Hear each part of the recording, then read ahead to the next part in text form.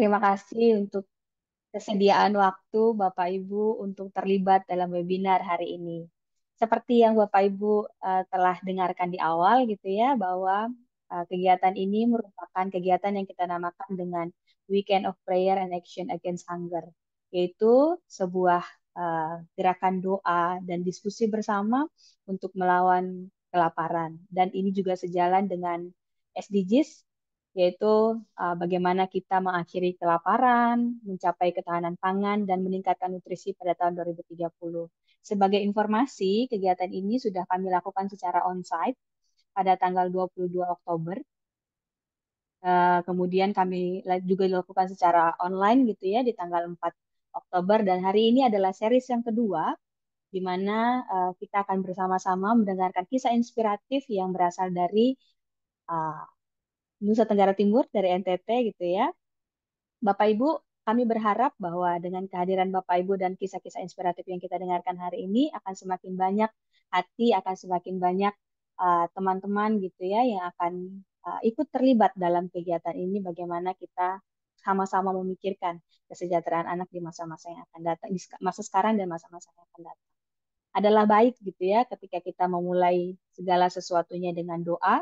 Dan sebelum kita doa, kita akan mendengarkan terlebih dahulu kata sambutan dari Wahana Visi Indonesia yang akan diwakili oleh Bapak Junito Drias selaku Advocacy dan External Engagement Manager. Bapak Drias akan memberikan kata sambutan sekaligus akan membuka kita di dalam doa. Waktu dan tempat saya persilakan. Terima kasih Kila, yang terkasih Bapak Pendeta Seprianus, juga Ibu Pendeta Berliana, dan tentu saja eh, Dokter ya Pak Willy, Dokter Willy, spesialis kesehatan ibu dan anak Warna Visi Indonesia di NTT. Sebenarnya ketika kita bicara kegiatan Weekend Prayer terkait dengan kampanye Enough atau kampanye gizi dan ketahanan pangan Wahana Visi Indonesia, kita selalu mengingat begitu ya peran doa dan juga sekaligus tentu saja peran teman-teman sekalian sebagai umat Kristiani, sebagai tokoh Kristiani yang ada di Indonesia untuk melakukan sesuatu bagi ketahanan pangan dan gizi anak di Indonesia. Terutama mungkin secara khusus spesial ya, ini adalah NTT, dan NTT merupakan wilayah di mana yang seringkali saya tidak akan pernah berhenti dan bicara seperti ini. NTT adalah sebuah daerah di mana secara angka absolut dan secara prevalensi presentasi stunting 5 besar di Indonesia. Kalau Jawa Barat, Jawa Tengah, Jawa Timur, angka absolutnya gede-gede gitu ya. Tapi secara prevalensi persentase mungkin tidak begitu besar ya, karena jumlah penduduknya banyak. Tetapi NTT, prevalensi persentasenya tinggi. Angka absolutnya juga tinggi.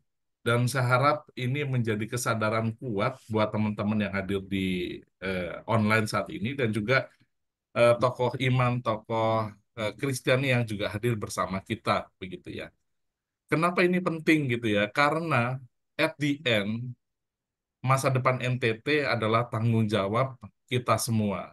Tuhan sudah mempercayakan ke NTT, ke ibu dan bapak sekalian, teman-teman kita, dan adalah tanggung jawab kita juga untuk menjaga, merawat anak-anak NTT, termasuk pemenuhan gizi dan juga ketahanan pangan di sana. Terlalu banyak masalah di NTT yang nggak perlu saya gambarkan atau ceritakan di sini, begitu ya. Lalu apa peran doa gitu ya?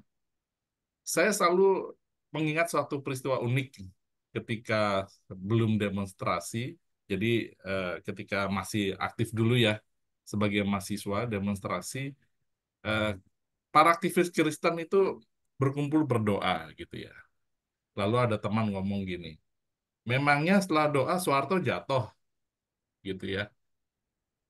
Ya mungkin yang dikeluhkan teman itu yang menganggap bahwa emangnya setelah doa lalu suatu jatuh, atau memangnya setelah doa sekonyong-konyong ada makanan di depan anak-anak, atau sekonyong-konyong ada air gitu ya di NTT. Ya bisa jadi gitu ya. Saya kira nggak ingin membatasi kuasa Tuhan gitu ya.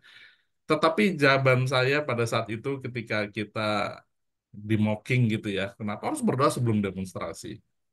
Saya jawab bahwa kita berdoa tuh bukan untuk Soeharto jatuh, ya at the end mungkin seperti itu gitu ya. Tapi kita berdoa agar semakin banyak umat Kristiani sadar bahwa hidup dalam penindasan rezim itu adalah nggak enak dan kita sebagai umat Kristiani terpanggil untuk melakukan sesuatu. Jadi saya pikir doa kita dalam kerangka Wopah ini ya, mungkin at the end kita berharap Tuhan benar-benar secara supranatural bisa menghadirkan air di NTT, bisa memberikan mendadak gitu ya, ada food state yang hijau gitu ya, peternakan yang luar biasa di NTT.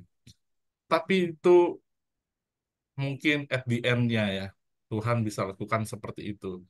Tetapi doa kita adalah menggerakkan umat Kristiani untuk bersuara agar gizi dan ketahanan pangan di NTT bisa terwujud, agar gizi dan ketahanan pangan di Indonesia bisa terwujud. Jadi doa kami adalah Bapak Ibu sekalian bergerak. Mungkin itu kali ya. Mari kita satu dalam doa. Bapa di surga yang kami cintai, yang kami sembah, yang selalu hadir bersama kami ketika kami menyerukan suara-suara keadilan. Bapa kami berdoa pagi ini melalui webinar yang kami sajikan, mungkin bagian dari satu puzzle dalam semua puzzle Tuhan dan dalam satu rasa jerit dan kelelahan dan bertanya kepada Tuhan bahwa kapan NTT bisa punya sumber air yang terus mengalir atau kapan tanaman yang ditanam di NTT bisa hijau dan menghasilkan sayuran segar atau kapan peternakan di NTT bisa menghasilkan sapi-sapi yang gemuk ataupun babi yang sangat bergizi itu.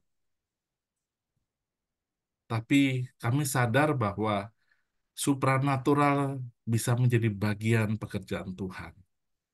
Namun kami terlebih dalam kesempatan webinar ini juga berdoa agar semakin banyak orang sadar bahwa pemenuhan gizi dan ketahanan pangan di NTT adalah bagian dari kerja-kerja kami. Sehingga kami bisa bersuara kepada pemerintah, supaya pemerintah bisa menyiapkan anggaran yang cukup, juga bisa menyiapkan orang-orang NTT yang semakin pintar, sehingga orang-orang NTT yang semakin pintar ini bisa membuat sebuah keajaiban peternakan yang kaya dengan babi dan sapi, susu yang berlimpah, bahkan tanaman pangan yang tidak habis-habisnya, ikan yang begitu kaya protein yang bisa disantap anak-anak NTT.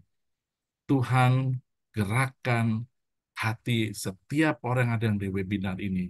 Jadikan mereka para influencer, supaya mereka bisa menyampaikan pesan ini ke teman-temannya, pesan ini ke jemaatnya, pesan ini ke sesama pendetanya. Sehingga kami semua bukan cuma scrolling medsos lihat joget, tapi bisa menjadi pesan Tuhan, membawa pesan Tuhan untuk perubahan di NTT. Terima kasih untuk kepercayaan Tuhan dalam tugas-tugas ini. Kami berdoa dalam nama Yesus. Amin. Amin. Terima kasih Bapak Drias untuk kata sambutan dan doanya. Saya terngiang-ngiang dengan kata-kata Bapak gitu ya, bahwa kita semua terpanggil, Tuhan memanggil kita semua untuk bergerak. Dan NTT adalah tanggung jawab kita bersama. Bapak Ibu sekalian, sekali lagi terima kasih buat kehadiran hari ini dalam series webinar kita yang berjudul Nutrisi Berkelanjutan untuk Masa Depan Tanpa Kelaparan. Hari ini telah hadir di tengah-tengah kita beberapa narasumber. Yang pertama ada Bapak Seprianus Y. Adonis yang merupakan Ketua Majelis Gemit dari Klasis Amanuban Tengah Utara. Dan ada Ibu Merlina Lapenangga, Ketua Majelis Jemaat Gemit Sopo, dan yang terakhir juga ada Bapak Dr. Rahmat Willy Stompul yang merupakan spesialis kesehatan ibu dan anak dan nutrisi. Terima kasih buat kehadiran Bapak Ibu yang hari ini ada beserta dengan kami. Kita akan mendengarkan kisah-kisah inspiratif dari Bapak Ibu narasumber yang sudah hadir di tengah-tengah kita, tetapi sebelumnya kita akan melihat apa dan bagaimana yang sudah terjadi di wilayah NTT, teman-teman bisa melihat melalui video berikut.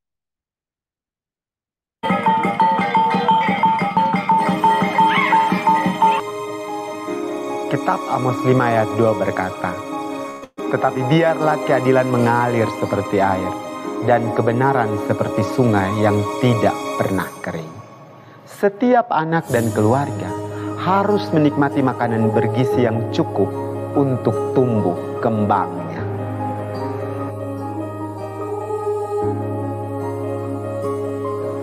Shalom, perkenalkan saya Pendeta Seprianus Adonis, Pendeta Gereja Masih Injili di Timor yang sedang melayani di Klasis Amanuban Tengah Utara, Kabupaten Timor Tengah Selatan.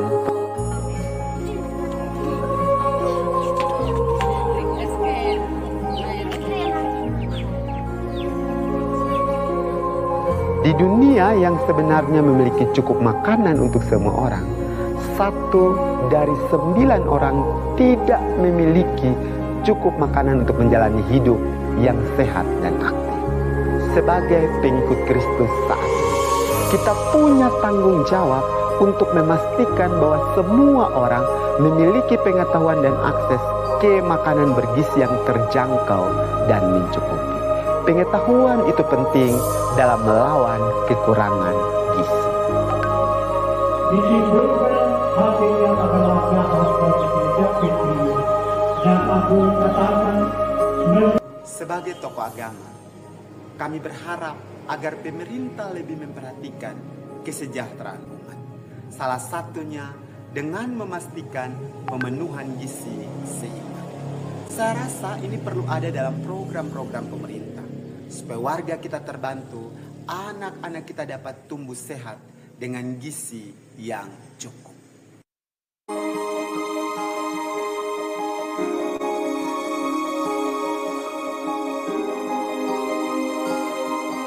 Kita juga bisa memulihkan lahan warga agar bisa dikelola menjadi sumber pangan sehari-hari. Pemerintah desa bisa mendorong inisiasi lubang-lubang air dan pangan di desa dan kampung. Bahkan pemanfaatan dana desa untuk budidaya makanan berprotein seperti ayam, telur, maupun ikan air tawar. Jika dekat dengan laut, maka pemerintah desa perlu mendorong pemanfaatan dana desa untuk penangkapan ikan sebagai konsumsi protein.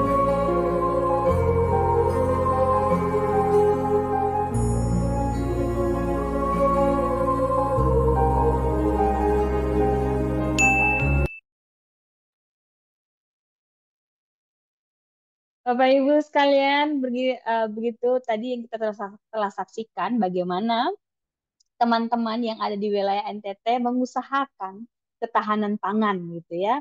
Sekali lagi, sesuai dengan kata sambutan yang tadi telah disampaikan bahwa saya dan Bapak Ibu semua, kita semua dipanggil untuk bergerak. Nah, mungkin untuk pertama ini kita akan mulai dulu dari Bapak Pendeta Sepri, begitu ya Bapak Pendeta? Siap, Kak Gila. Oke, Bapak Pendeta hari ini apa kabar? Sehat, Kak Gila. Puji Tuhan. Sehat ya, puji Tuhan. Bagaimana kabar di NTT, Pak? Aman-aman, sehat-sehat? Cuaca bagus? Ya, NTT masih aman. Khusus di Timor ya. Kalau teman-teman di Flores lagi bergumul dengan Oh iya, letusan gunung. betul sekali. Baik, Bapak mungkin bisa diceritakan sedikit saja bagaimana sih tadi saya melihat gitu ya, bagaimana Bapak Pendeta bisa dengan bapak-bapak gitu ada foto gitu ya dengan bapak-bapak kayaknya sedang sedang ada proses belajar di situ ya atau saya nggak tahu sih daripada saya salah-salah menyampaikan gitu ya. Mungkin Bapak Pendeta bisa ceritakan sedikit saja mengenai video tadi, Pak. Terima kasih Kak Gila, Bapak Ibu, saudara-saudara. Terima kasih, saya Pendeta Sepri. Senang bertemu di ruang belajar hari ini. Jadi yang ditayangkan dalam video tadi adalah bagaimana upaya kami Gereja Masih Injili di Timor mendorong eh, jemaat yang ada di tempat pelayanan saya atau tempat pelayanan-pelayanan yang lain agar mereka terlibat dalam upaya penanganan stunting, gizi buruk, dan juga pemanfaatan lahan secara lebih baik, pemanfaatan kandang secara lebih uh, bermanfaat. Seperti itu Kak Kila. Boleh diceritakan Pak, maksud saya itu awalnya kondisi di sana itu seperti apa sih Pak? Atau ada hal yang Bapak gumuli sampai akhirnya Bapak mengambil peran bahwa mengambil Oh, oke. tindakan bahwa oke, kayaknya kita harus bertindak nih gitu. Oh, ya. Jadi waktu pertama saya ditempatkan di tempat pelayanan di salah satu daerah di pedalaman, saya melihat bahwa pergumulan di tempat itu sangat kering, eh, tandus, lalu Hmm. kami punya angka stunting yang cukup tinggi. Dan karena itu kami bergumul bersama-sama dan berhadapan dengan situasi ini, ditambah lagi dengan sumber daya manusia yang sangat terbatas. Sumber daya alam sudah sungguh luar biasa, perubahan iklimnya sungguh sangat serius terjadi, lalu alamnya juga tidak terlalu bersahabat menurut konsep masyarakat di tempat pelayanan saya. Lalu kami duduk bersama dan kami coba berpikir kira-kira apa yang kami lakukan.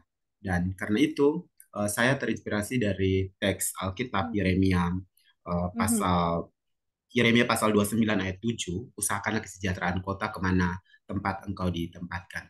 Saya kemudian berefleksi bahwa eh, tempat pelayanan ini kalau dia sejahtera, saya pun sejahtera. Gereja akan sejahtera ketika jemaat-jemaatnya juga menjadi sejahtera, dan berangkat dari teks Alkitab Yeremia 29 ayat 7, kami kemudian memikirkan jalan-jalan bagaimana caranya untuk jemaat sejahtera. Saya mempercaya satu hal bahwa tidak ada tanah yang tidak menghidupkan, termasuk Hmm. tanah di tempat pelayanan kami. Dan karena itu kami memulai dengan duduk bersama, berbagi pengalaman bersama apa yang bisa kami lakukan secara bersama-sama.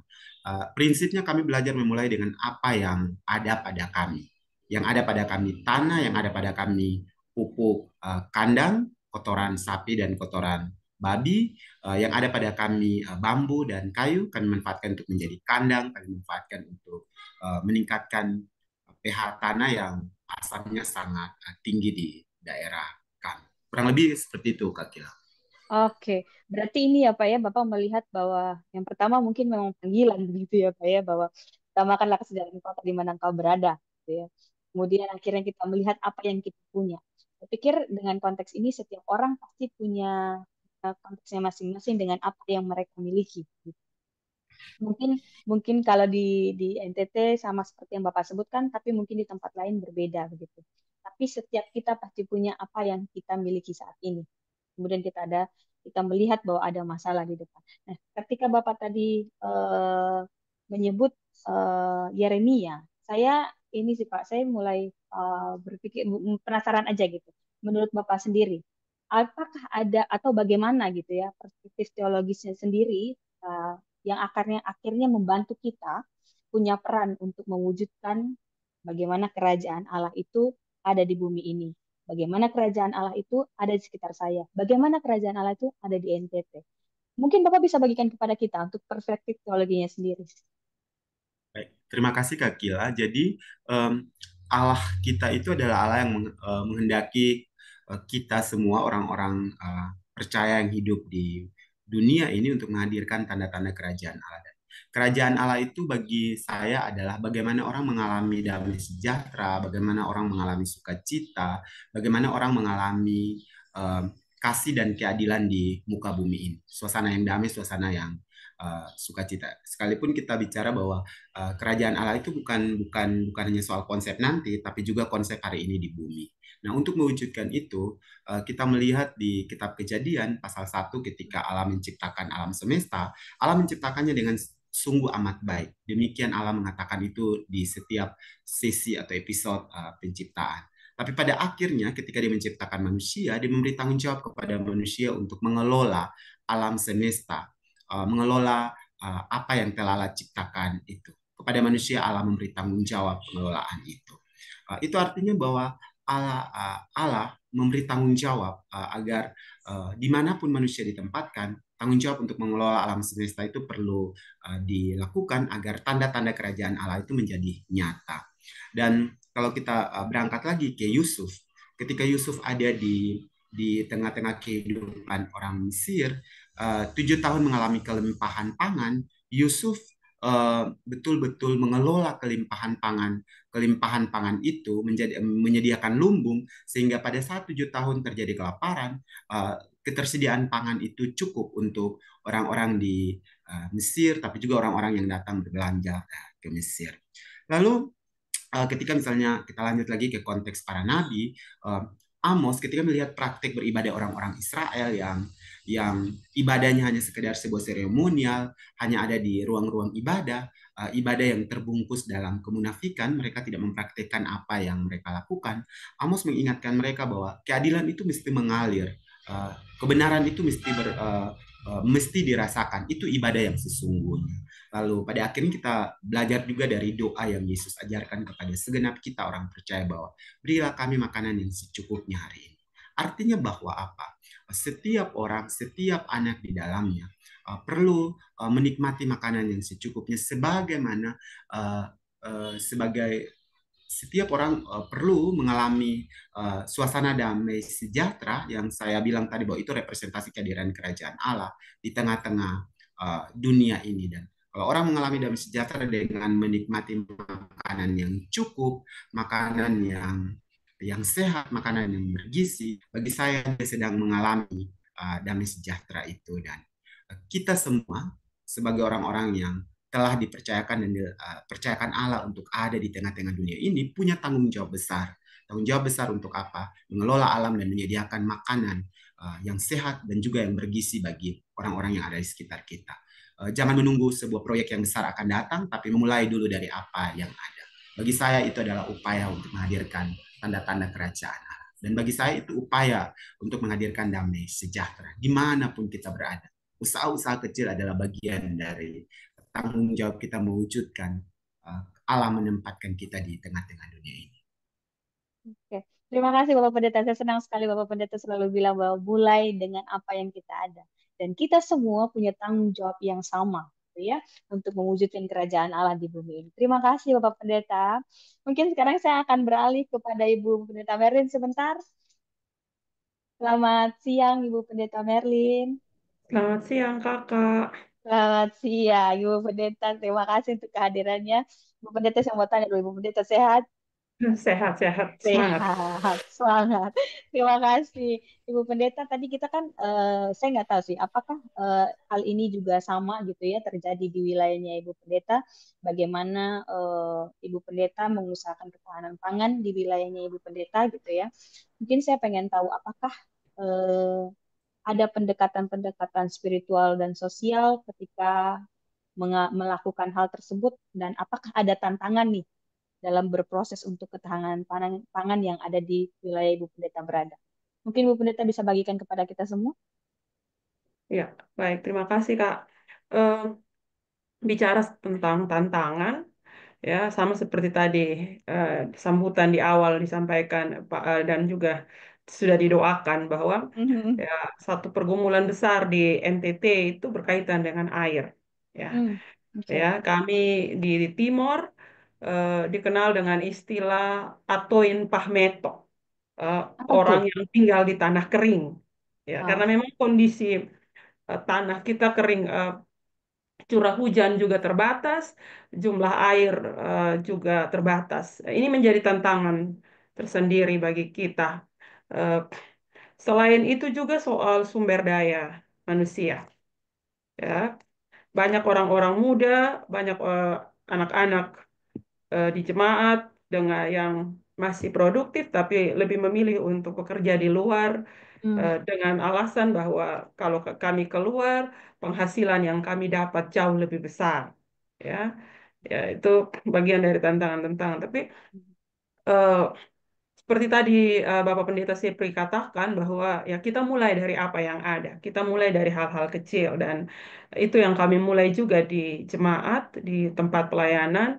Em, ya mulai dari gerakan-gerakan bagaimana kita menanam, eh, mulai dari pekarangan dan juga dari di kebun-kebun. Nah, untuk itu maka eh, pendekatan itu kita mulai dengan kegiatan siklus. Kami punya siklus pertanian.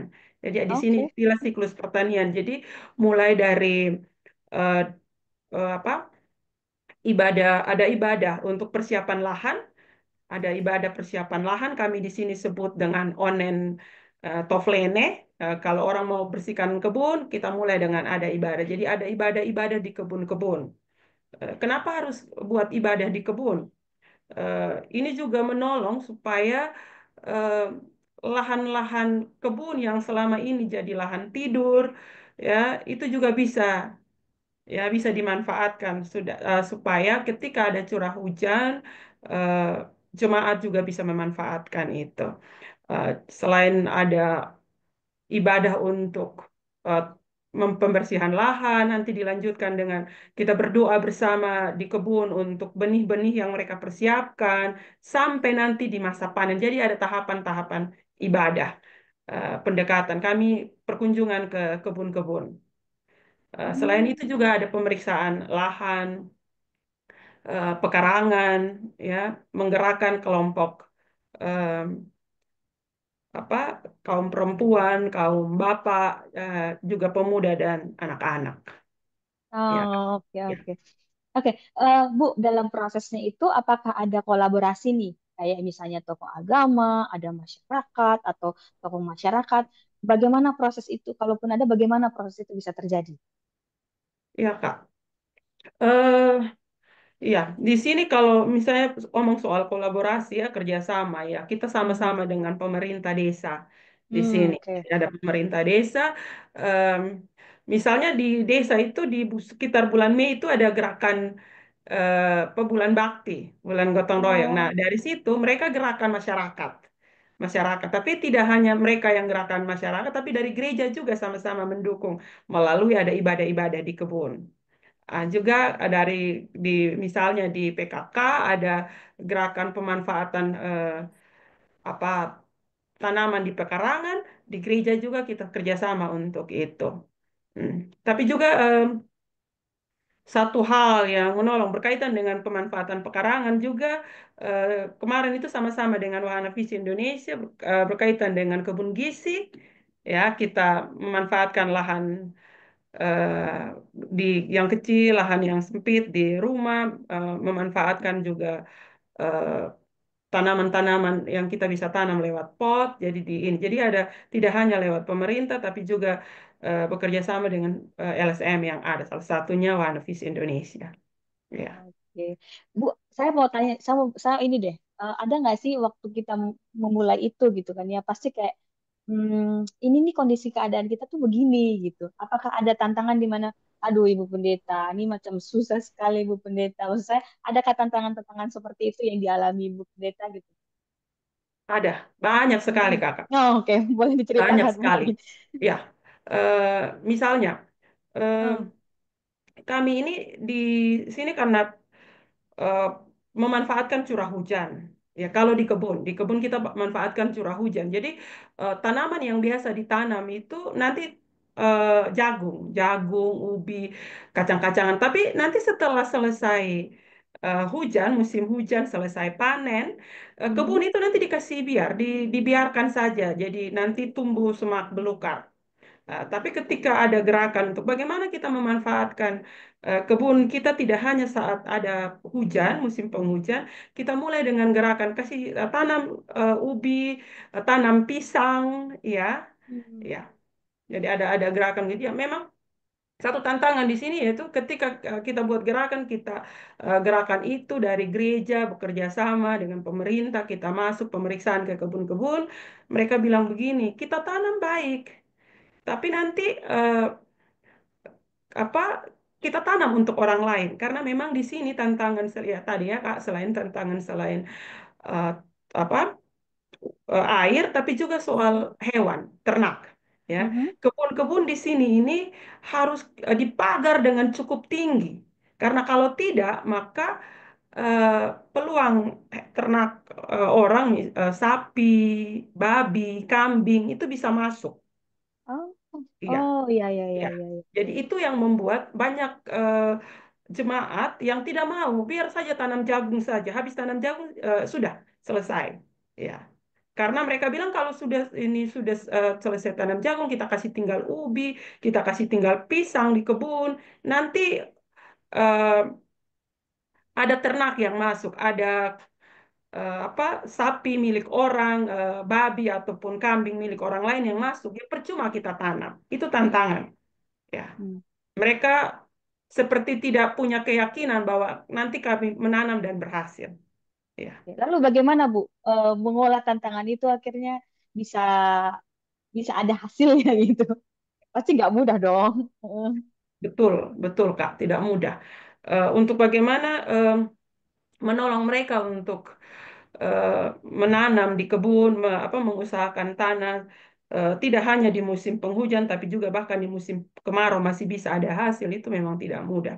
Tapi kami buat pengontrolan, jadi tidak ketika ada di sini istilah onentoflene, Kak, Oh, doa nonton. doa kebun, doa persiapan lahan, maka tidak hanya lahan yang kami periksa, kami juga periksa bagaimana mereka pun kesiapan pagar.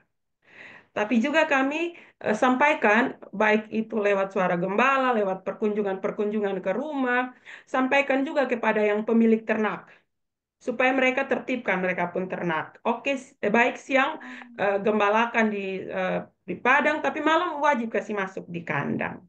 Iya, iya, Oke, oke, oke. iya, Seru ya, luar biasa. Bapak Ibu nanti kita juga buka ruang diskusi ya. Kalau Bapak Ibu ada yang mau ditanyakan gitu ya, sangat iya. diperbolehkan sekali gitu ya. Tapi sekarang Baik, saya Kakak. beralih dulu ke Bapak Sepri dulu, Bapak Pendeta Sepri dulu.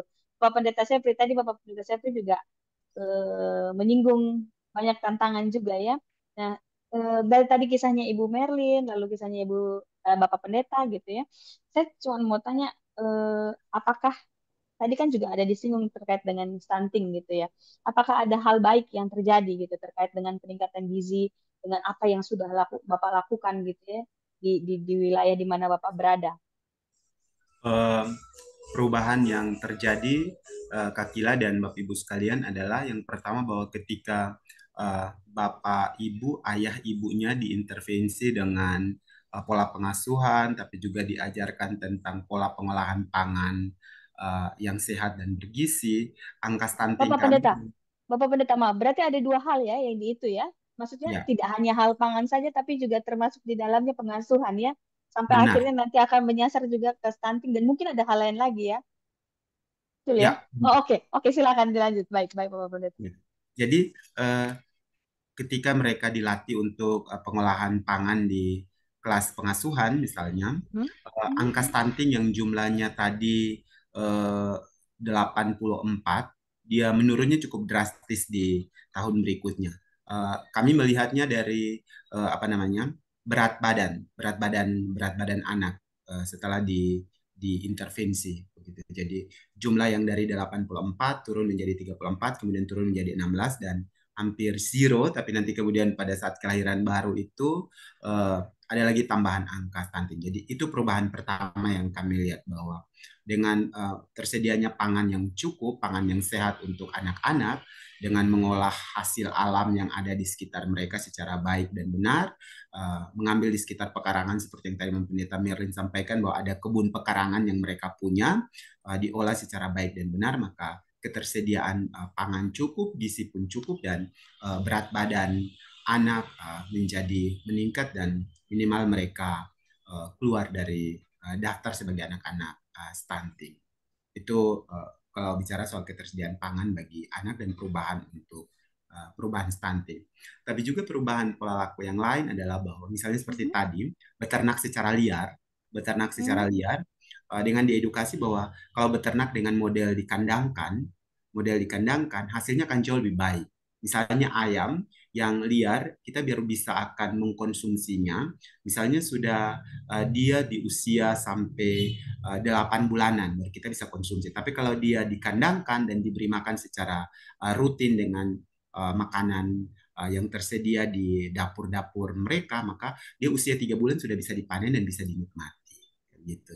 Atau juga misalnya tadi lahan dengan kondisi curah hujan yang tidak menentu, lalu ada sumber air yang disediakan dalam kerjasama dengan pemerintah pusat dan pemerintah provinsi, tersedia waduk-waduk besar. Sumber air itu tidak dibiarkan begitu saja, tapi kemudian dikelola menggunakan bedeng-bedeng sayur di kaki bukit.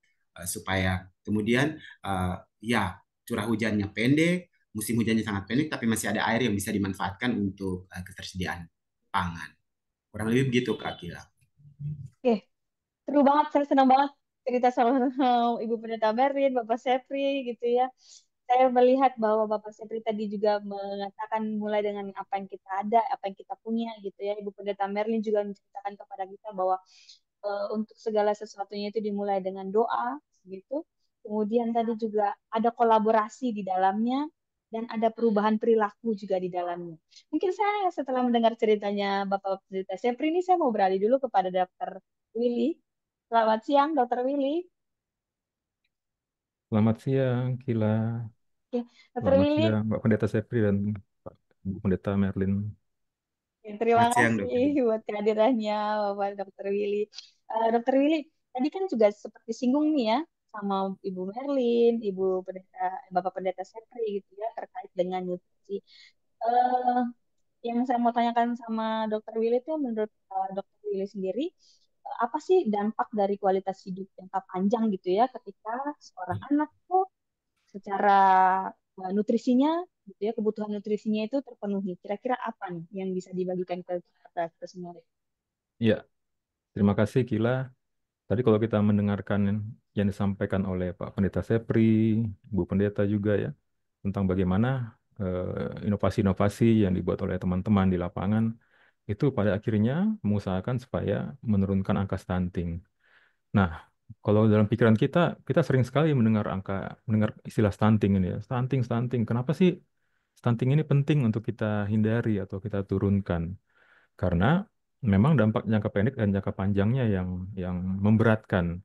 Contohnya misalnya, kalau stunting itu terus angkanya banyak di kita, di wilayah kita, apalagi di NTT, maka potensi sakit, potensi kematian pada anak, potensi untuk gangguan perkembangan kognitif, terus kemungkinan dia terkena penyakit tidak menular itu akan semakin tinggi. Dan kalau dia semakin tinggi, dia akan meningkatkan biaya-biaya kesehatan. Nah, berarti kalau kita bisa menjamin anak-anak itu mempunyai gizi yang baik, maka kita bisa tahu tuh ke depannya anak-anak kita itu tidak tidak lagi ada potensi sakit, potensi kematian, artinya lebih turun kemungkinan dia dapat menderita penyakit-penyakit tertentu dan pada akhirnya menurunkan biaya kesehatan. Kita juga tahu kalau anak stunting itu orang taunya pendek gitu ya. Ya, Nah, betul. gitu kan kalau pendek. Nah, bayangkan aja kalau misalnya kita sebagian besar stunting dalam bayangan kita nih ketika ada pemilihan untuk mengirimkan atlet basket dari NTT misalnya, atlet bola basket dari NTT, diseleksi dari tingginya. Waduh, kok nggak ada yang masuk gitu ya. Padahal sementara lagi dibutuhkan nih untuk lomba lomba bola basket internasional misalnya. Ketika diseleksi misalnya untuk masuk di ketentaraan atau kepolisian misalnya. Loh, kenapa nggak cukup lagi tingginya gitu ya? Padahal harusnya eh, dengan tinggi yang baik, postur badan yang optimal, kemampuan kita untuk bersaing, chance kita, kesempatan kita untuk bersaing dengan masyarakat lain, wilayah lain, bahkan negara lain juga ya, itu akan semakin besar. Jadi kita menyingkirkan hal-hal yang pertama kali dilihat orang. Ya, ketika orang pertama kali melihat kan, wah kok pendek bener ini gitu kan. Langsung langsung berpikiran macam-macam, ah nggak bisa dia begini, pasti dia nggak bisa begini, pasti nggak bisa begini. Nah, ketika diberikan eh, pembelajaran misalnya, anak-anak stunting cenderung mempunyai gangguan daya tangkap. Nah, tapi Oke. kalau kita bisa menjamin anak-anak kita itu eh, mempunyai gizi yang optimal, daya tangkapnya baik, nah akibatnya dia punya kapasitas belajar dan performa yang optimal saat masa sekolah. Nah, ke depannya, eh, jangka panjangnya, kita berharap produktivitas dan kapasitas kerjanya optimal. Dia bisa melamar semua pekerjaan yang dia mau. Dia bisa menciptakan peluang-peluang lapangan kerja yang baik. Dia bisa membuka usaha-usaha. Dia bisa menciptakan inovasi-inovasi, menciptakan penemuan-penemuan dan hal-hal lain. Sementara kalau kita biarkan stunting, wah kita hanya bisa berharap generasi generasi yang akhirnya akan jadi beban gitu bagi masyarakat sekitarnya. Tentunya kita nggak mau dong NTT sebagian besar masyarakatnya justru malah jadi beban gitu ya bagi bagi yang lain. Tentu kita mau banyak anak-anak kita ke depannya itu mempunyai chance kesempatan yang baik. Nah, kesempatan yang baik itu bisa kita dapatkan kalau kita menjamin anak-anak kita mempunyai gizi yang baik. Sementara itu dulu dari saya. Saya ingat Dokter Will ini bilang stunting gitu ya. Saya ingat ada meme di di Instagram gitu bilang you Ya, look stunting. Padahal dia mau ngomong you look stunning gitu. You look stunting gitu ya. Padahal stunning jadi kalau stunting ya. iya iya. Padahal kalau seandainya orang tersebut tahu gitu ya apa makna apa perbedaan dari stunning dan stunting gitu ya. Kalau Dokter Hmm. Willy tadi sempat sampaikan bahwa stunting ini menyebabkan daya tangkap berkurang. Artinya, ketika sekarang kita, kalau kita sekarang bisa mempersiapkan dengan baik generasi saat ini gitu ya, maka kita akan bisa mempersiapkan Indonesia emas. Ya, betul. Mau pilihannya sekarang, apakah mau jadi Indonesia emas atau mau jadi Indonesia emas. Terima kasih Dokter Willy. Kalau eh, bicara terkait dengan kebutuhan nutrisi ini, kalau menurut Dokter Willy sendiri, apakah ada gitu ya praktek-praktek baik yang bisa kita adopsi nih untuk komunitas gitu ya, supaya kita bisa memastikan nutrisi yang berkelanjutan? Apakah bisa dibagikan mungkin dari Dokter Willy? Ya, terima kasih Kila. Nah, Bapak Ibu, teman-teman semua, sesi kita kali ini Wopah yang kali ini mengangkat tema yang sangat baik menurut saya. Cukup baik, sangat baik sekali malah. Judulnya adalah nutrisi berkelanjutan dalam komunitas. Nah, kalau teman-teman, Bapak Ibu yang ikut dalam webinar kali ini, kita bagaimana sih kita menjamin nutrisi yang berkelanjutan? Yang pertama, pola makan. Yang kedua, akses, gitu ya. Pola makan ini artinya kita kan setiap hari makan, tapi Ya, bukan sembarang makan gitu. Nah, akses bicara soal ketersediaan. Dan kemudian kalau kita bicara soal nutrisi yang berkelanjutan atau lebih sering dikenal dengan sustainable nutrition atau sustainable food system gitu misalnya. Kita juga bicara soal lingkungan. Bagaimana hal-hal yang kita kerjakan untuk mendapatkan makanan ini itu tidak bertentangan dengan lingkungan gitu. Jadi artinya tetap preserve, tetap memastikan bahwa kelestarian lingkungan itu terjamin. Nah, untuk pola makan apa sih yang harus kita praktek-praktek baik yang bisa kita kerjakan? Sederhana sekali sebenarnya. Dari mulai anak itu dalam kandungan. Nah, kita harus memastikan ibunya mendapatkan nutrisi yang baik. Ketika anak itu lahir, kita harus pastikan dia mendapatkan inisiasi menyusui dini. Jadi ASI pertama yang keluar dari ibunya itu dia konsumsi. Kemudian lanjut dengan ASI eksklusif dan kemudian makanan pendamping ASI. Dan ini sudah disampaikan dalam dokumen bersama FAO dan WHO. FAO adalah lembaga internasional yang mengurus tentang pertanian, ketahanan pangan, dan WHO mengurus kesehatan. Nah, mereka bikin dokumen bersama nih, dan ternyata dimasukkan bahwa pola makan itu dari kecil, dari mulai inisiasi menyusui dini, ASI eksklusif, sama pemberian MPASI yang tepat sesuai dengan usianya. Kemudian, untuk pola makan juga, kita harus bisa menghindari penggunaan makanan yang tidak diolah atau atau diprosesnya tuh eh, kalaupun dia diproses harus minimal gitu. Kalau kita sering dikenal dengan sebutan klasifikasi jenis makanan ya. Kalau teman-teman masih ingat ada klasifikasi Nova grade 1 sampai grade 4. Nah, kita usahakan makanan yang kita konsumsi ini adalah makanan-makanan yang alami atau hanya diproses secara minimal gitu dan bebas dari agen-agen yang menyebabkan penyakit. Jadi bebas dari kuman, bebas dari bakteri dan lain-lain. Kemudian kalau bicara soal akses, kita harus bisa menjamin bahwa setiap orang itu bisa mengakses makanan. Nah, ini tadi yang disampaikan oleh Bapak Pendeta dan Ibu Pendeta. Bagaimana sih menyediakan akses ini? Salah satunya yang membuat sumber pangan itu dekat ya. Jadi ada kebun-kebun gizi yang dibuat, kemudian ada kolam-kolam ikan, ikan air tawar tadi kalau saya lihat di videonya Pak Pendeta. Nah, ini artinya apa? Artinya ketersediaan ini aksesnya nih kita kita kita dekatkan, kita penuhi. Kemudian ketika kita bicara soal lingkungan, nah kita harus memastikan bahwa apapun yang kita lakukan untuk mendapatkan makanan, gitu, untuk mendapatkan makanan ini tidak bertentangan dengan lingkungan, tetap memperhatikan kelestarian lingkungan. Contohnya apa? Contohnya, oh kita mau NTT ini punya peternakan sapi yang besar, misalnya, peternakan sapi yang besar, peternakan babi yang besar, misalnya. Tapi kita lupa bagaimana memanage kotorannya, gitu ya. Bagaimana menginikan apa, menjamin bahwa tidak ada dampak ke lingkungan, gitu. Nah itu salah juga. Jadi artinya apapun yang kita usahakan untuk mendapatkan makanan itu, kita harus memperhatikan kelestarian lingkungan. Nah, tiga inilah yang menjamin adanya nutrisi yang berkelanjutan dalam masyarakat kita. Oke. Berarti semakin dekat bahan makanan itu ditanam gitu ya, kayak misalnya sayur-sayuran, semakin baik gizinya gitu ya, Dokter Willy ya, karena Ya, menghindari proses perjalanan prosesnya yang cukup panjang lama, iya. mungkin ya, akhirnya mengurangi gizi-gizi yang ada gitu ya. Oke, Oke, Bapak Ibu, saya senang sekali dengan diskusi ini, tapi untuk kita mungkin ada yang mau mempersiapkan pertanyaan-pertanyaan gitu ya.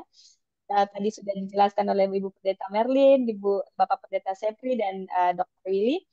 Kita setelah ini kita akan masuk ke proses diskusi. Kalau Bapak Ibu ada pertanyaan silahkan sampaikan di kolom chat gitu ya. Tapi sebelumnya kita mau melihat dulu nih apa sih dan bagaimana nih kisah pelayanannya dari Ibu Pendeta Merlin.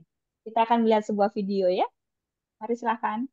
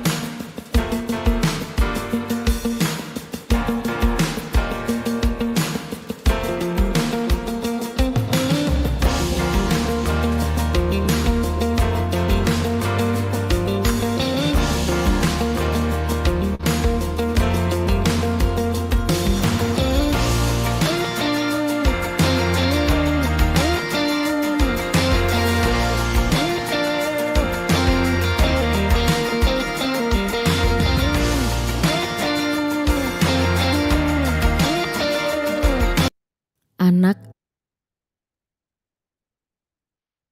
Ibu Pendeta, saya ke Ibu Pendeta Merlin dulu ya. Saya melihat video ini saya dengar gitu ya, memulai segala sesuatunya dengan doa gitu.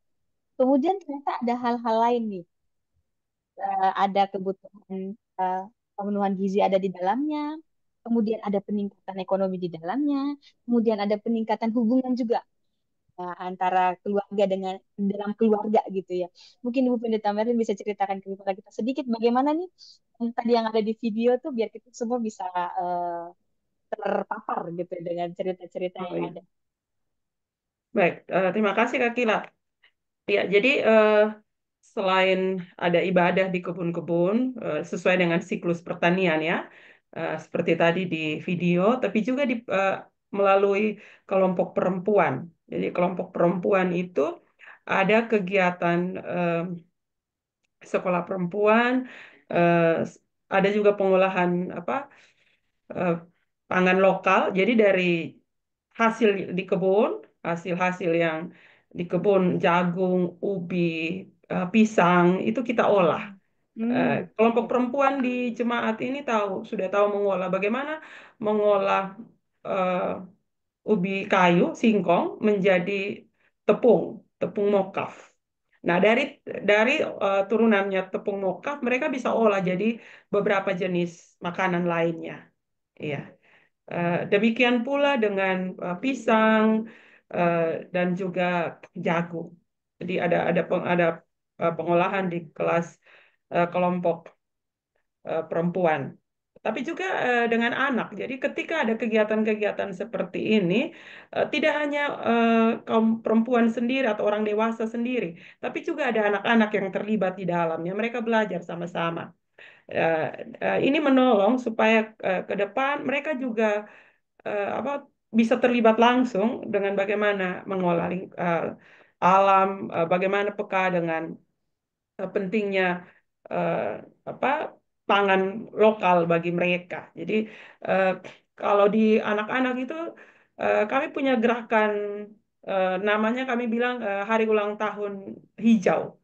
Jadi di setiap tahun di bulan November kegiatan Hari Ulang Tahun Anak Gemit itu biasanya kami belajar menanam. Jadi em, tidak dalam ibadah perayaan di dalam gedung kebaktian, tapi kami punya kegiatannya itu di luar, di kebun atau di halaman-halaman rumah. Kami menanam, ajar mereka menanam, tapi juga ajar mereka bagaimana mengolah hasil tanaman yang ada. Ya, jadi ada kolaborasi juga dengan demikian pula juga dengan kaum bapak dan juga orang-orang muda.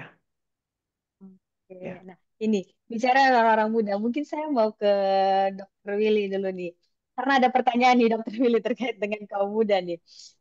Yang pertama tadi kalau bicara tadi, bagaimana tanggapan Dokter Willy dengan sejak kecil gitu ya dibiasakan dengan makanan-makanan lokal gitu ya, lalu diikut sertakan dalam pengolahan makanan lokal. Karena terus kemudian ada satu pertanyaan nih. Eh, sebagai sebagai generasi muda nih, kira-kira upaya apa yang bisa kami ciptakan untuk sistem pangan yang berkelanjutan? Ini ada pertanyaan dari yang Japri langsung gitu ya, nggak ada di kolom chat. Mungkin Dokter Willy bisa Iya, berbagi dengan kita semua. terima kasih. Gila, ini pertanyaannya baik sekali ya. Eh, tapi saya mau ambil dari pengalaman saya sendiri gitu. Mm-mm. Ketika anak saya sendiri gitu ya. Bagaimana sih mengenalkan bahan-bahan pangan gitu Ya. yang yang lokal terutama ya, yang ya, caranya ya dari sejak kecil memang kita harus biasakan. Seperti anak saya itu dia dia tidak kenal gula garam sampai usia setahun lebih ya. Jadi kita kenalkan semua semua makanan-makanan yang oh ini rasanya bayam tuh gini, ini rasanya ini tuh begini, ini rasanya buah ini begini, buah ini begini. Jadi yang lokal-lokal tuh pepaya, pisang semua kita cobain tuh. Yang impor-impor kita nggak kasih dulu gitu. Karena apa? Karena susah dan Oh, mahal kan. ya Jadi betul. lebih bagus kita kasih yang lokal-lokal dulu dong, yang murah-murah dulu gitu ya. Dan dia enjoy gitu menikmati gitu. Akibatnya sampai sekarang eh, yang jelas kita lihat tuh dia suka makan sayur gitu. Oh, Sampai usia sekarang dia udah 11 tahun, kemarin baru ulang tahun dia, gitu kan. Dia makan sayur, oke, makan buah, oke, makan apa aja, semua dia nggak, hampir nggak ada pantangan gitu. Artinya itulah yang kita upayakan, contoh-contoh baik yang bisa kita lakukan. Apakah dia suka makan permen? Ya suka, tapi nggak terlalu ngotot gitu ya. Harus makan gula, harus makan jajanan yang sekarang seperti kita tahu ada apa tuh? Yang boba-boba gitu ya. Kalau teman-teman makan betul. boba dia malah lihatnya aneh gitu. Wah, itu apa sih? Kok menurutku rasanya biasa aja, kayaknya malah kemanisan gitu ya. Maksud apa sih nggak merasa itu sebagai sesuatu yang wajib diminum gitu. Nggak seperti itu gitu. Jadi karena apa? Karena dia sudah tahu berbagai jenis makanan dan dia sudah biasa gitu.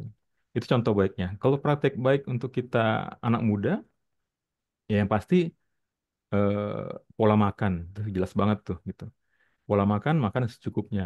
Kadang-kadang kita anak muda ini kan eh, dikenal dengan apa agak hedon hedon gitu ya hedon hedon Iya. artinya oh lapar mata gitu kadang-kadang oh kita beli beli semua beli beli beli beli beli beli gitu misalnya pas makannya banyak banget ya kenyang nih gitu kita nggak sadar bahwa kita menyisakan banyak bahan makanan yang mungkin sebenarnya bisa dikonsumsi orang lain itu pola makan yang kedua apa sih yang bisa kita lakukan untuk preserve menjaga kelestarian lingkungan. Kita bisa lihat dari sampah kita misalnya, dari hal-hal yang sehari-hari bisa kita lihat. Oh, ada di pekarangan kita, mungkin kita bisa menanam sesuatu nih gitu untuk mendapatkan sesuatu seperti itu. Nah, itu mungkin praktik-praktik baik yang bisa kita lakukan. Dan lebih lagi sebenarnya yang paling penting itu untuk tadi ya, kembali lagi ke eh, pola makan dan menjaga kesehatan. Ya, ada istilah kalau anak muda ya kasih makan medsos gitu. Nah, Oke, terima kasih Dokter Willy. Kemudian ini aja saya mau ini ya, saya mau membacakan kolom yang ada di kolom-kolom chat gitu. Ada pertanyaan nih. Tapi ada juga yang japri ke saya nih. Mungkin untuk eh, Pak Pendeta Sepri dulu nih ya. Mungkin ya. Berapa lama sih Pak yang dibutuhkan untuk menyadarkan keluarga-keluarga di NTT, khususnya di gereja gitu ya, sampai akhirnya mereka peduli sama gizi anak? Kan yang kita tahu mungkin ini kan framingnya orang gitu ya, orang NTT tuh cukup keras-keras gitu ya. Itu prosesnya berapa lama? Eh, Kak Kila, terima kasih. Ada satu pertanyaan terlewatkan juga tuh Kak Kila soal eh, bagaimana kami mempersiapkan Ya, generasi keberlanjutan ya. Satu kali boleh ya Kak Kila ya? boleh, boleh, boleh, boleh, silakan. Mulai dulu dari yang di atas, bagaimana dengan Gemit. Nah, kami menyadari bahwa ada satu hal yang kami tidak baca secara baik secara organisasi bahwa kadang praktek-praktek baik yang sudah dilakukan oleh pelayan sebelumnya eh, kemudian tidak dilanjutkan oleh pelayan sesudah pelayan pertama itu pergi. Karena kami di Gemit itu kan 4 tahun itu masa untuk bisa berpindah. Paling lama di sebuah jemaat itu 8 tahun. Nah, dalam sejarah kami belajar bahwa kadang peta potensi itu tidak tersedia data yang cukup dan oleh sebab itu kadang praktek-praktek baik yang sudah dilakukan itu kemudian tidak dilanjutkan. Maka dalam sidang uh, Majelis Sinode kami Majelis Sinode Gemit menetapkan ada Grand Design yang di dalamnya fokus bicara tentang bagaimana pengembangan potensi diri karyawan pendeta itu sendiri, tapi juga pengembangan potensi jemaat. Dan kita berharap bahwa kemudian akan ketika ada terjadi perpindahan karyawan atau pendeta dalam hal ini, maka pendeta yang menggantikannya minimal punya minat yang sama. Jadi misalnya kalau aku dipindahkan dari tempat pelayanan sebelumnya, maka yang masuk ke tempat pelayanan saya yang baru itu adalah orang dengan minat yang sama supaya praktik-praktik baik itu dilanjutkan. Ini kami sedang upayakan seperti itu.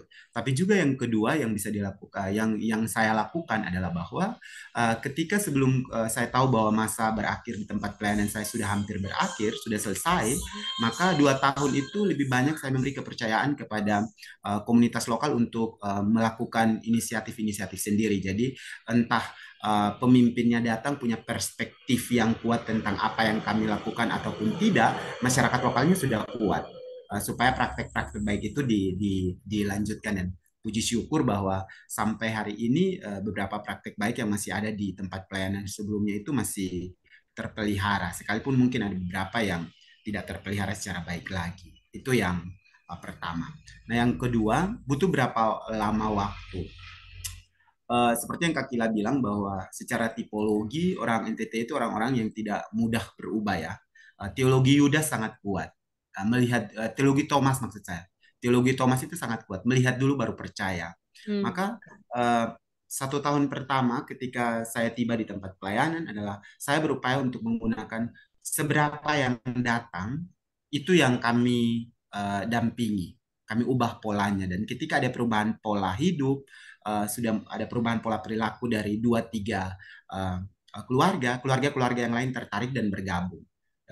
Itu teori melipat gandakan itu yang kami lakukan gitu. Jadi butuh waktu 1 tahun untuk mendampingi 8 keluarga, lalu kemudian tahun berikutnya ada lagi 2 bertambah menjadi 18, tahun berikutnya bertambah menjadi 23 keluarga dan terus bertambah bertambah. Jadi kalau ditanya untuk menjawab pasti berapa butuh waktu untuk mengubah pola mereka, sebenarnya itu tergantung dari sejauh mana kita mau mendampingi mereka secara terus-menerus. Semakin sering didampingi, perubahan pola lakunya akan semakin lebih cepat akan terjadi. Dan teori pelipat gandaan itu menolong sebenarnya. Karena kadang-kadang kita ingin mengerjakan satu kerja besar sekaligus. Kalau saya terbalik, kita kerjakan hal-hal kecil, lalu orang melihatnya, lalu ada lagi yang diajak, pelipat gandaan kan, ada lagi yang diajak untuk melakukan perubahan lagi. Seperti itu, Kak Kila. Terima kasih Bapak Pendeta. Nah, masih ada satu lagi tuh Kak Kila soal siapa saja yang Iya. kami ajak sebagai mitra untuk berkolaborasi. Jadi selain kami gereja, pemerintah desa, ada pemerintah kecamatan, ada pemerintah pusat juga. Lalu kami juga mengajak mitra-mitra lain, misalnya Ikraf yang sangat konsen terhadap perubahan iklim dan lahan untuk kehidupan. Nah, kami ajak mereka untuk terlibat. Lalu kami ajak juga komunitas-komunitas lokal, misalnya Cistimor atau Migran Care. Kami ajak juga misalnya komunitas Tegara, gitu.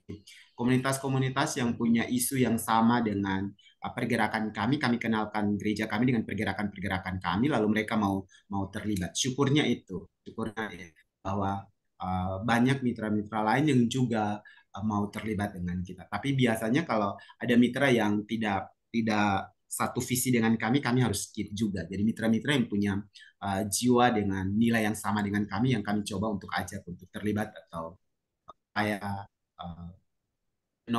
komunitas kami untuk semakin bertumbuh. Itu kurang lebih Kak Gila. Terima kasih Bapak Pendeta. Gitu ya. Kolaborasi tetap dilakukan ya. dengan orang-orang kolaborasi ini Ya, juga dengan visi yang sama. Ya, dan berani tegas kalau memang tidak sama visinya ya berarti kita tidak sejalan begitu ya. Oke, benar. kita berlari dulu ke Ibu Pendeta Merlin nih. Untuk pertanyaan selanjutnya saya arahkan ke Ibu Pendeta Merlin kali ya, gitu ya. Ada pertanyaan dari Ibu Leoni. Apakah Bapak atau Ibu Pendeta sudah pernah mengukur dampak dari pemberdayaan kelompok yang telah dibentuk bersama, baik dengan jemaat, Pemdes, dalam hal membantu menilai efektivitas upaya pemberdayaan yang sudah dilakukan tersebut? Ya, ya. Baik, berkaitan dengan soal mengukur ya, mengukur dia punya dampak ya. Kalau ini ya kita lihat tentang bagaimana mereka punya yang dilakukan di jemaat, yang ini soal dia punya perkembangan ya. Memang awal-awal soal bagaimana mereka pemberdayaan itu memang awal tidak ada ya, tidak ada. Tapi tentang kemudian ada kelompok kelompok perempuan, kelompok anak ya.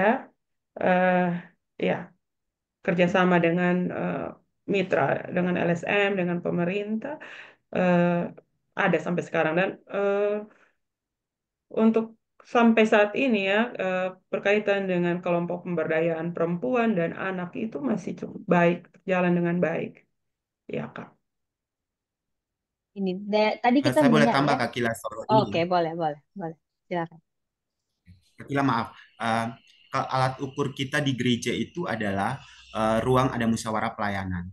Ada indikator-indikator yang ditentukan ketika kita mengerjakan Oh, sebuah program. Nah, indikator-indikator itulah yang akan kita pakai untuk mengatakan, oh program ini berhasil atau tidak. Misalnya di bidang ekonomi ya, kami di Gemit itu kan punya 5 panca pelayanan tuh. Di bidang ekonomi ya, salah satu indikatornya adalah ada perubahan pola laku dan pola pola pola sikap. Nah, kalau kalau itu terjadi, kami mengatakan bahwa programnya cukup berhasil, gitu.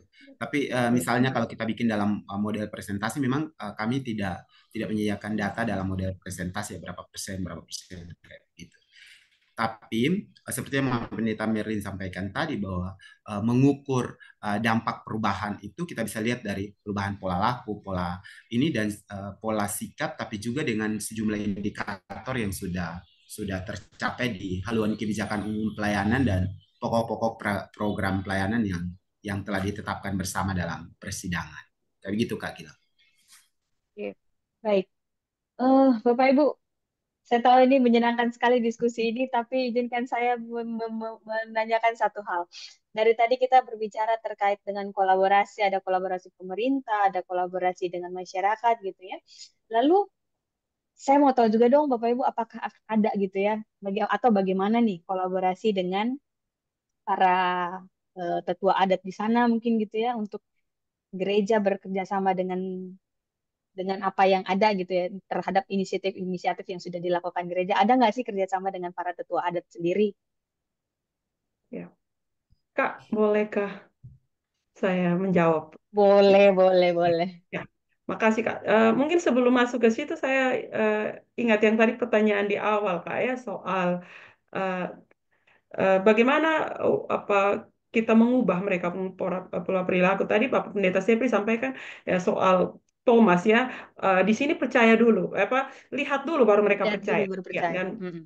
ya eh, yang saya lakukan di sini adalah ketika sampaikan memang mereka punya banyak pertimbangan tapi eh, kita mulai dari contoh di rumah dulu di pastori dulu kalau omong soal bagaimana kita menanam sayur di pekarangan kita buat dulu di pekarangan bagaimana apa memanfaatkan ikan air tawar ya bagaimana beternak ikan air tawar dengan jumlah air yang sedikit.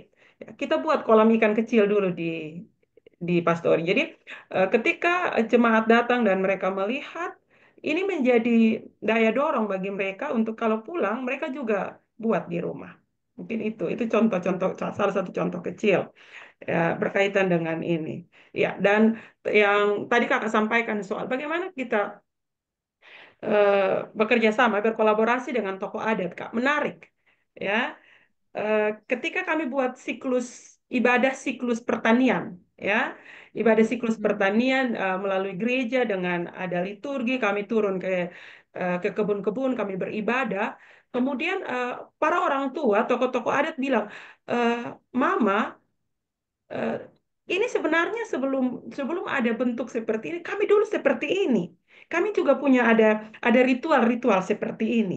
Tapi kemudian eh, kami sudah lama kasih tinggal, ya. Kami kasih tinggal dengan pemikiran bahwa oh ini yang orang di sini bilang halaik ya, kafir, tidak boleh masuk ke gereja. Tapi Ya, ketika ya. kami masuk dan beribadah, berikan makna teologis yang baru, mereka paham, mereka juga ada dalam sejarah. Mereka bilang, oh ini baik, ini praktek yang baik dan kami saling menopang. Itu salah satu contoh kecil tentang bagaimana bersama dengan para tokoh adat di jemaat bekerja untuk eh, ya bagaimana pengembangan pangan itu ya. Kami mulai dari ibadah-ibadah siklus pertanian. Ya. Terima kasih, Kak. Kalau Itu aku tetap Kak Kila, sesuai. Oke. kalau aku soal tokoh adat itu, dalam semua perencanaan itu kami libatkan. Dengan cara Oke. bagaimana kami datang ke rumahnya, kami ceritakan ide besar kami untuk melakukan sesuatu. Ketika menceritakan ide itu, mereka akan memberikan masukan-masukan. Misalnya seperti yang tadi Kakak Pendeta Merlin ceritakan soal ibadah siklus pertanian, orang Timur itu kan ada 5 siklus pertanian yang kuat tuh. Mulai dari membersihkan lahan, menanam, minta hujan, panen hasil pertama, dan juga uh, doa di panen hasil terakhir. Nah, ini 5 siklus ini, selain kita memberi makna teologi, kita minta mereka untuk memberi juga kajian-kajian budayanya, supaya kemudian mereka tidak merasa asing terhadap apa yang kita lakukan. Semakin sering mereka diajak diskusi, semakin sering mereka diajak terlibat, maka mereka punya pengaruh yang sangat didengar di komunitas itu akan sangat besar dampaknya. Gitu. Jadi pendekatan-pendekatan persuasif kita lakukan, tapi juga mengubah cara pandang dan pola hidup komunitas itu juga kita mulai dari mereka karena suara mereka itu cukup didengar. Selain kami suara tokoh agama juga didengar. Jadi saya belajar bahwa banyak hal bisa tercapai, perubahan-perubahan itu bisa tercapai, itu karena kontribusi dari tokoh-tokoh adat juga. Bahwa mereka paham apa yang kita lakukan, lalu mereka menolong kita untuk menjelaskan menggunakan pendekatan kultur terhadap apa yang kita lakukan secara bersama-sama. Jadi misalnya seperti pangan untuk anak, kebutuhan pangan untuk anak. Anak itu dalam tradisi orang Timor menyebutnya sebagai emas, tunas yang bertumbuh. Bahasa daerahnya itu kan tunas yang bertumbuh, emas, sesuatu yang berharga.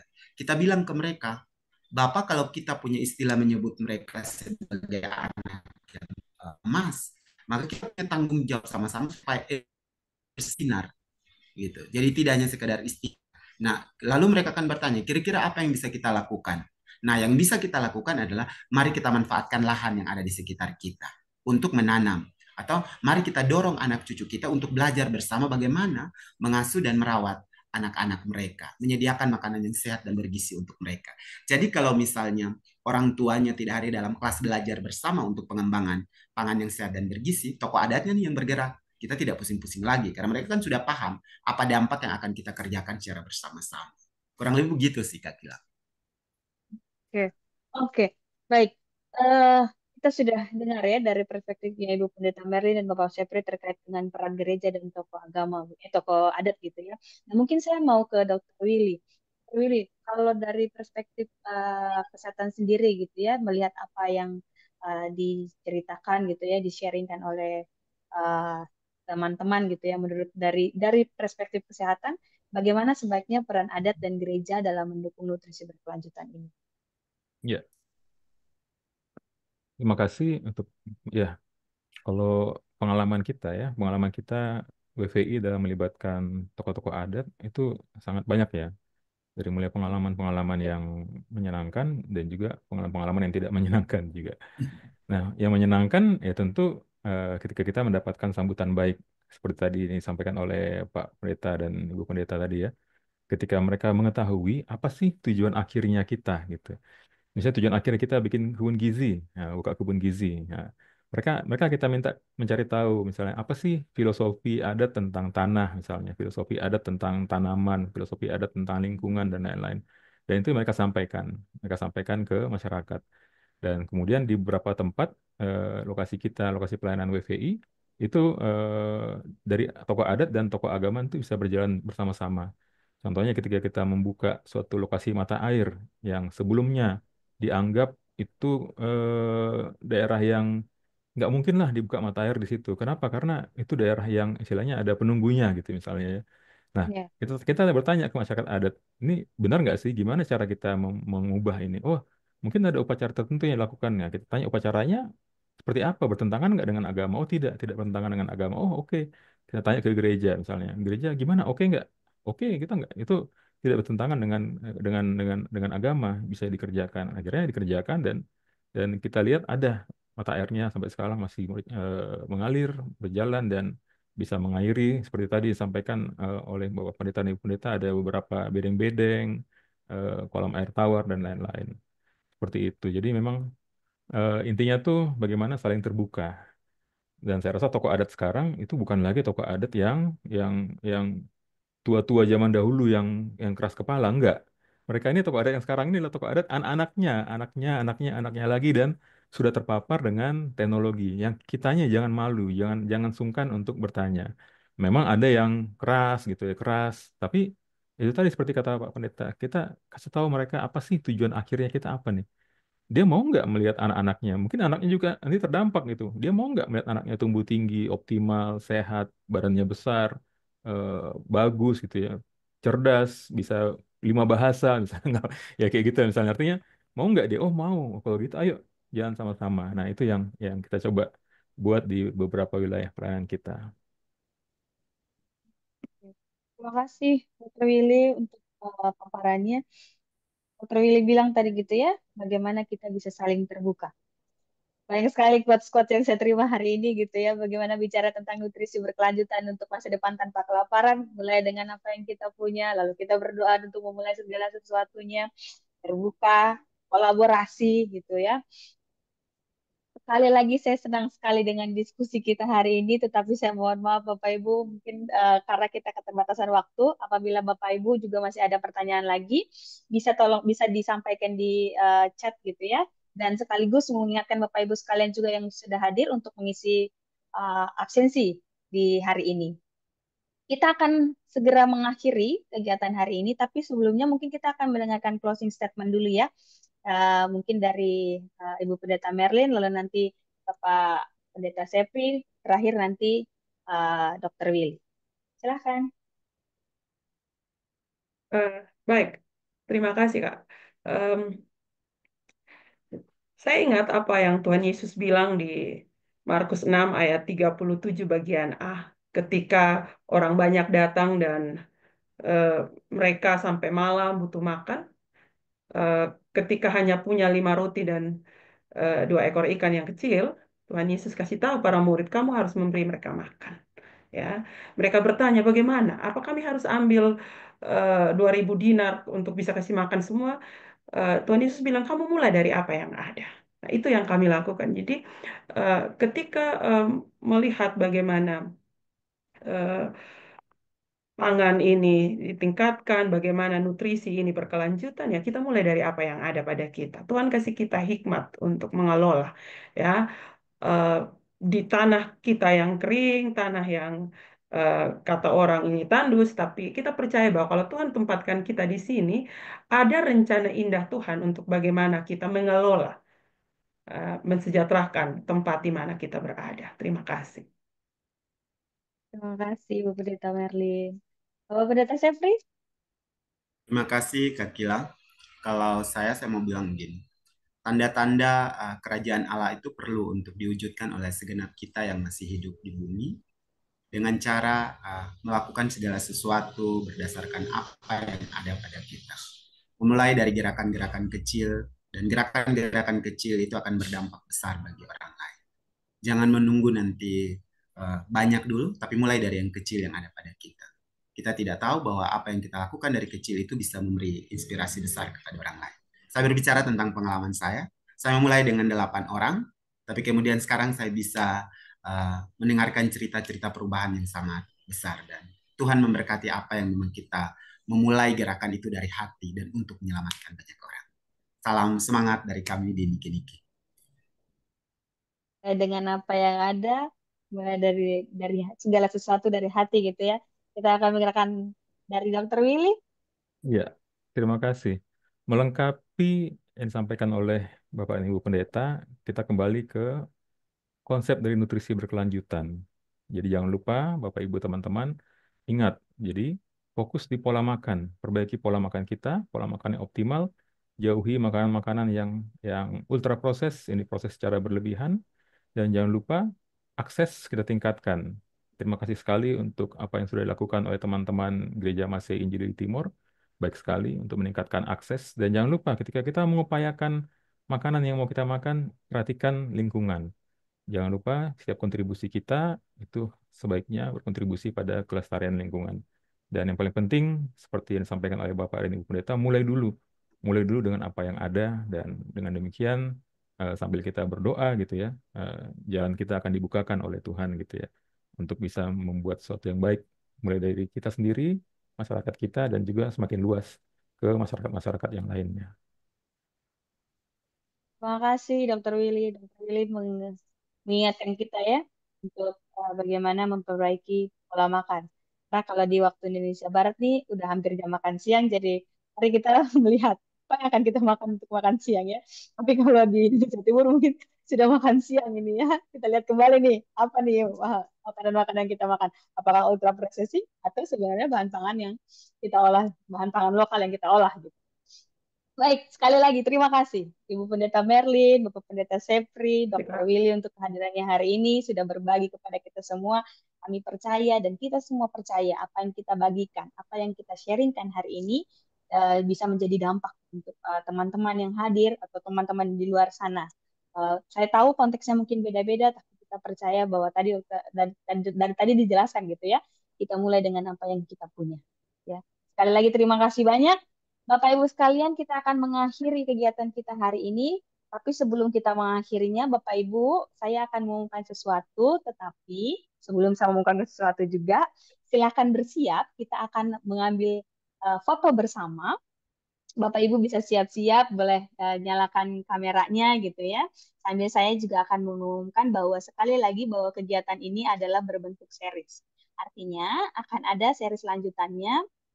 Untuk selanjutnya di tanggal 18 November di hari Senin kita akan melakukan kegiatan yang sama tapi dengan cerita yang berbeda gitu ya. Kalau di series yang pertama itu kita cerita dari teman-teman dari Nia Selatan. Kemudian hari ini kita mendengar cerita dari teman-teman yang ada di Nusa Tenggara Timur dari NTT gitu ya. Dan di tanggal 18 nanti kita akan menyaksikan kisah inspiratif dari Kalimantan Barat di channel yang sama gitu ya, dengan di link Zoom yang sama, di jam yang sama, tetapi di hari yang berbeda. Jangan salah ya. Oleh sebab itu sangat berharap Bapak Ibu bisa melengkapi daftar hadir, absensi, sehingga informasi ini bisa kami sampaikan kepada Bapak Ibu melalui nomor telepon yang sudah dituliskan di daftar hadir. Untuk minggu depan kita akan berbicara tentang sustainable living, yaitu bagaimana gaya hidup yang cukup untuk masa depan, yang cukup gitu ya, sama seperti tadi juga disampaikan, bagaimana doa kita ya, makanan yang secukupnya. Oke, kita akan bersiap, kita akan mengambil foto bersama. Bapak Ibu bisa nyalakan kameranya. Manto akan menolong kita ya untuk ambil fotonya. Boleh kasih Baik, aba-aba ya Bang. ya kita buka kamera kita semua. Kita menunggu dulu ya. Kita ada beberapa slide nih, ada 2 slide. Berikan senyuman terbaiknya, tunjukkan gigi Pepsodentnya yang akan kita masak setelah ini dengan makan siang ya. Jangan Oke, sebelum makan siang, nanti kita juga akan berdoa dulu ya, Pi ya. Doa tutup tadi kan sudah oke, dimulai dengan doa, ditutup juga dengan doa. oke kita mulai. Yang merasa kamera yang terlalu dekat agak mundur ya. 1, 2, 3. Oke, bentar. Kita masuk ke slide kedua. Bentar. Wait. Satu kali lagi yang slide kedua. Siap-siap. Berikan senyuman terbaik. Gigi Pipsoden masih dipertahankan. 1, 2, 3. Oke. Terima kasih. Over to you, Kak. Terima kasih Bapak Ibu sudah hadir. Tadi kita membuka di dalam doa, maka sekarang kita akan menutup kegiatan kita ini juga di dalam doa. Ibu Pendeta Merlin akan menutup kita di dalam doa untuk kegiatan kita hari ini. Baik, mari kita satu hati dalam doa, kita berdoa. Terpujilah namamu ya Tuhan, ya Allah kami. Allah yang kami sembah di dalam nama Yesus Kristus. Kami menaikkan ungkapan syukur kami di siang hari ini Tuhan. Kami percaya bahwa semua pertemuan yang kami lakukan hari ini, percakapan bersama kami, cerita-cerita indah kami tentang bagaimana kami berupaya agar ada keberlanjutan peningkatan nutrisi yang baik ke depannya. Oleh karena itu Tuhan, biarlah semua yang sudah kami percakapkan hari ini, Tuhan memberkati.